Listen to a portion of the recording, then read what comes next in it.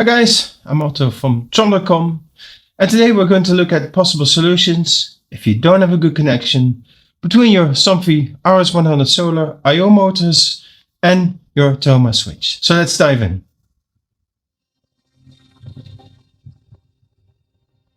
Usually told by customers that an RS100 IO Solar is out of range of the TaHoma, and solar motors transmit that signal differently than wired IO motors, and therefore the first and most obvious solution, the range extender, is not an option.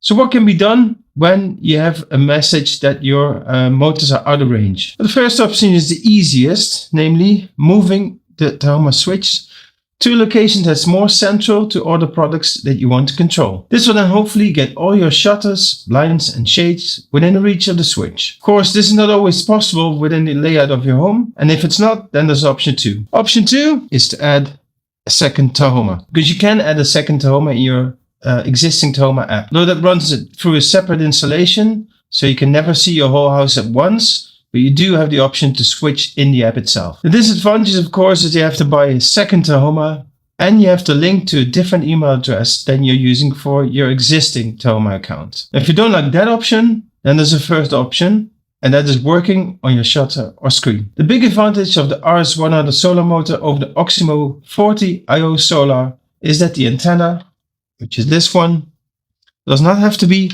outside of the housing. But if that limits the range too much, you will still have to make sure the antenna goes outside of the enclosure. And that's why I'm giving this as a last option when your motors are out of range, because it means drilling into the housing to create an opening for the antenna. It is some work, and of course it doesn't look as neat as a closed box without any antenna. But technically it's a good solution to the problem. And so that's it. There are 3 solutions if your TaHoma can't find your RS100 Solar motor. And if you have any question about this or any of the solutions, or if something is unclear, do send an email to info@TaHoma.com. For now, thank you for watching and see you in the next one.